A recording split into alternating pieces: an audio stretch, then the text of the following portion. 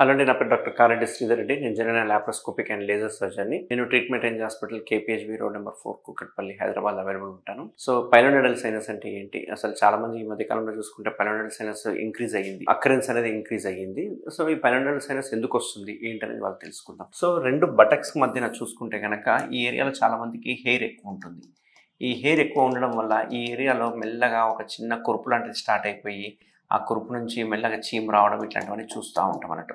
So రెండు buttocks మధ్యన చూసుకుంటే అంటే నడుము కింద రెండు బటక్స్ మధ్యన చూసుకుంటే ఈ ఏరియాలో ఎక్కువ కనిపిస్తుంది. మోషన్ పోయే యానల్ కెనాల్ ఇక్కడ ఉంటుంది, మోషన్ పోయే యానల్ కెనాల్. బట్ ఈ మోషన్ కెనాల్ పైన ఈ ఏరియా నుంచి చూసుకొని పైన నడుము వరకు చూసుకుంటే ఈ ఏరియాలో ఎక్కడైనా కనుక చీము గడ్డ లాంటిది ఏదైనా ఫామ్ అయితే దాన్ని మనం పైలోనెడల్ సైనస్ అంటాం. ఆ ఏరియాలోనే పైలోనెడల్ సైనస్ రావడానికి కారణం ఏంటి అసలు అంటే అక్కడ ఉన్న హెయిర్ కారణం. హెయిర్ వల్లనే మనకు పైలోనెడల్ సైనస్ అనేది వస్తూ ఉంటుంది అన్నట్టు.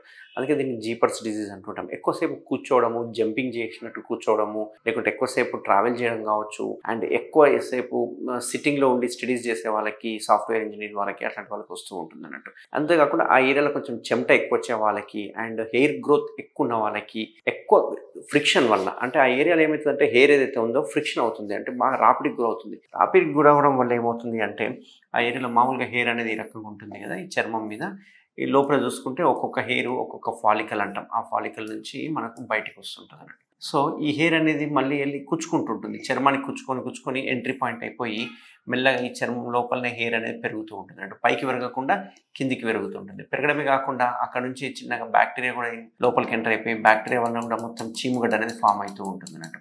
చీముగడ్డ ఫామ్ అయ్యి ఏదో రోజు పగిలిపోవడం జరుగుతుంది అన్నట్టు.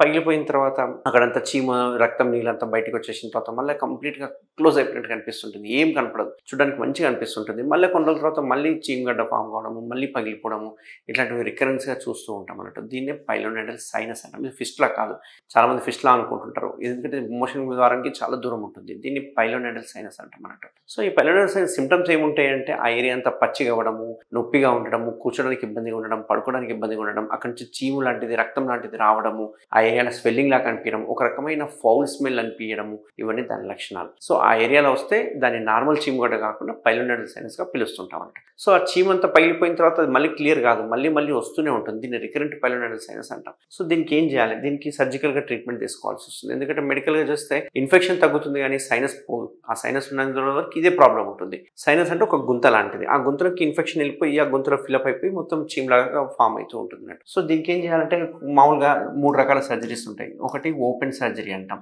రెండవది ఫ్లాప్ సర్జరీస్ అంటాం, మూడవది లేజర్ సర్జరీ అంటాం. మన ట్రీట్మెంట్ రేంజ్ హాస్పిటల్లో మనం చేసే లేటెస్ట్ సర్జరీ లేజర్ సర్జరీ. ఓపెన్లో ఏం చేస్తామంటే ఈ రకంగా కోత పెట్టేసేసి దాన్ని అలాగే ఓపెన్గా పెడతాం, కొన్నిసార్లు క్లోజ్ చేస్తాం. బట్ దీనివల్ల 2 months బెడ్ రెస్ట్ అవసరం పడుతుంది అండ్ వర్కింగ్ వెళ్ళడానికి రాదు, పెయిన్ ఉంటుంది, డ్రెస్సింగ్స్ అవసరం పడుతుంటుంది అండ్ రికరెన్స్ రేట్ కూడా ఎక్కువ ఉంటుంది. సెకండ్ ఏంటి అంటే ఫ్లాప్ సర్జరీ. ఫ్లాప్ సర్జరీలో ఏం చేస్తామంటే ఇక్కడ ఉన్న కండను తీసేసి పక్కన ఉన్న కండని వేస్తూ ఉంటాం అన్నట్టు. రాంబాయిడ్ ఫ్లాప్స్ అంటుంటాం. ఈ రాంబాయిడ్ ఫ్లాప్ వల్ల ఏమవుతుందంటే దీనికి కూడా 2-3 weeks బెడ్ రెస్ట్ అవసరం పడుతుంది.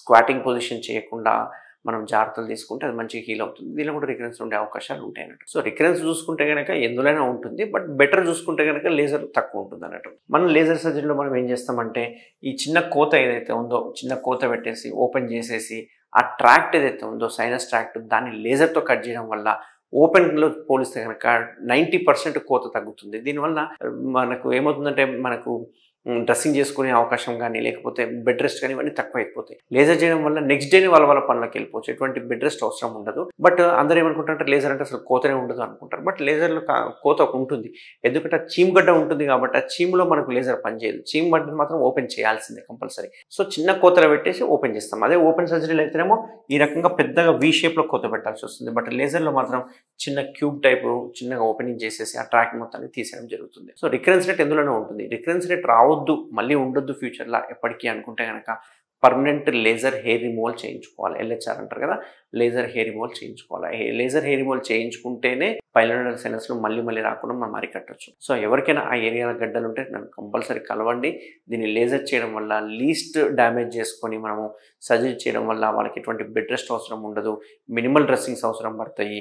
అంతేకాకుండా పెయిన్ ఉండదు, మెయిన్గా అంత పెద్దగా పెయిన్ ఉండదు, వాళ్ళ పనులు చేసుకోవచ్చు. సో వాళ్ళ జాబ్స్కి వెళ్ళిపోవచ్చు, ఎటువంటి బెడ్ రెస్ట్ అవసరం లేదు. ఓపెన్ ఫ్లాప్ సర్జరీలో అయితే మినిమం 1 month బెడ్ రెస్ట్ తీసుకోవాల్సి వస్తుంది, బట్ ఇందులో అవసరం పడదన్న. సో ఎవరికైనా లేజర్ పైలోనెడల్ సర్జరీ కావాలంటే తప్పకుండా కన్సల్ట్ అవ్వండి. నేను ట్రీట్మెంట్ రేంజ్ హాస్పిటల్ అవైలబుల్ ఉంటాను. Thank you very much.